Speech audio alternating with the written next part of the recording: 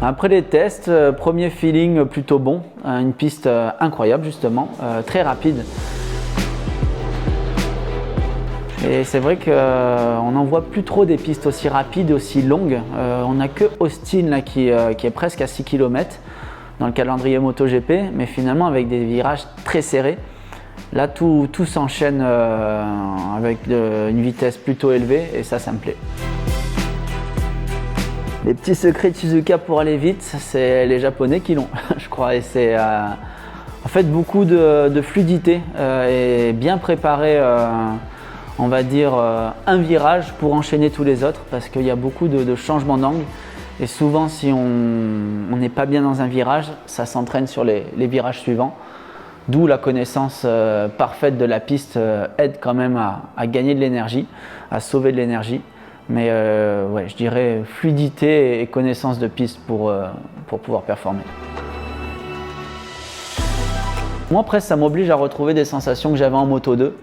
Et ça me plaît parce que c'est quelque chose que j'ai su faire. Et là, il faut juste se réhabituer à ça. Parce que c'est vrai qu'en MotoGP, on a un électronique plus performant. La puissance nous oblige à freiner plus fort, des fois à couper les trajectoires.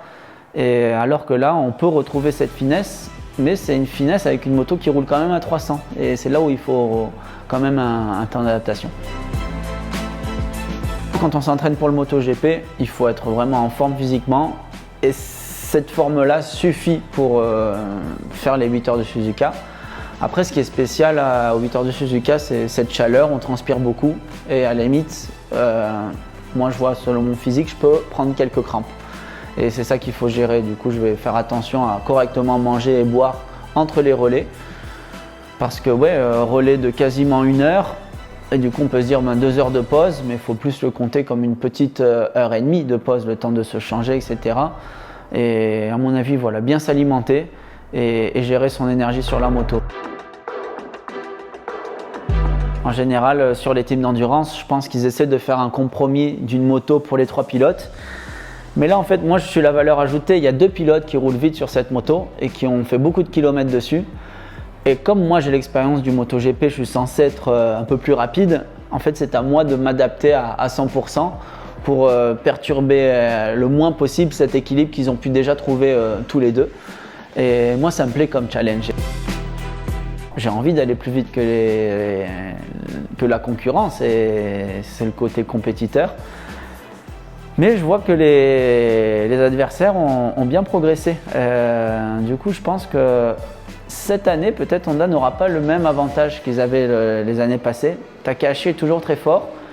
La moto est toujours très bonne, mais je vois qu'en fait, au niveau chrono, les autres ont rattrapé un peu le temps perdu. Je pense au Yacht. Les 3 pilotes, je trouve qu'ils ont vraiment très bien roulé. Je les sentais très à l'aise. Après, j'ai pas bien vu comment rouler la Ducati, mais je sais qu'elle peut certainement être performante sur quelques tours au niveau chrono de ce qu'on voyait. À voir si nous, 3 pilotes, on arrive à être le plus constant et pouvoir gagner cette course. Mais du coup, la victoire sera encore plus belle si on peut l'avoir et ça satisfera, je pense, beaucoup Honda. Les 8 heures de Suzuka, c'est déjà une course mythique, je suis content de pouvoir la découvrir. Mais nous, en France, on a les courses de 24 heures et je trouve ça, sur le côté sportif, c'est un truc à vivre.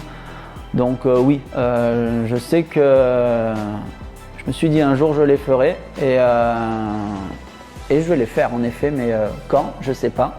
Mais ça sera un truc à faire, c'est sûr.